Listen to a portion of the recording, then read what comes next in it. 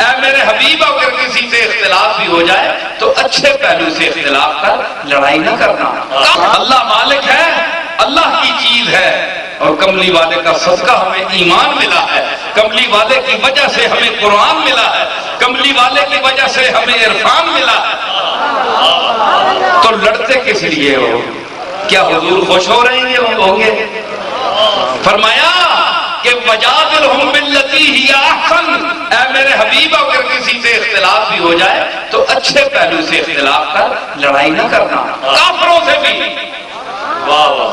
یہ کملی والے کو اللہ درس دے رہا ہے کہ ان کے مخاطب جو ہیں کفار ہیں، مشرکین، اگر ان سے بھی تیرا اختلاف ہو جائے تو اچھے لہجے میں بات کر، دلیل سے بات کر، ان کے گریبان نہ پھاڑ، ان کو مارنے پیٹنے پر نہ تل جا، اخلاق کے دائرے میں۔ کیوں؟ وَإِنَّكَ لَعَلَىٰ خُلُقٍ عَظِيمٍ، کیونکہ میں نے تجھے بہت بڑا خلق عظیم دے کر تجھے بھیجا ہے۔ تو ہو تو سلیقے سے بات کر، طریقے سے بات کر، ڈھنگ سے بات کر، کسی رنگ سے بات کر، سمجھ آئے؟ لیکن یہ جو گریبان پھاڑنا، ایک دوسرے کو کافر کہنا، یہ نزدیک بلاؤ۔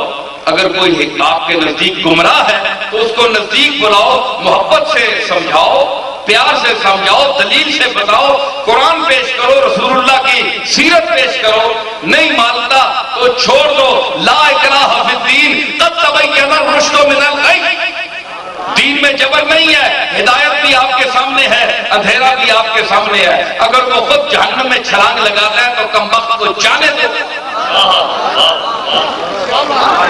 جانے دو جہنم میں۔ وہ بھی تو کہہ رہی نا، حل میں وہ پوچھا جائے گا حلم تلاتے،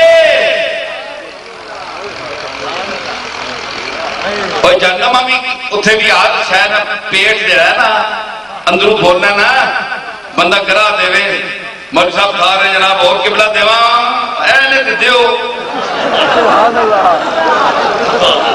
تے جہنم بھی بول سی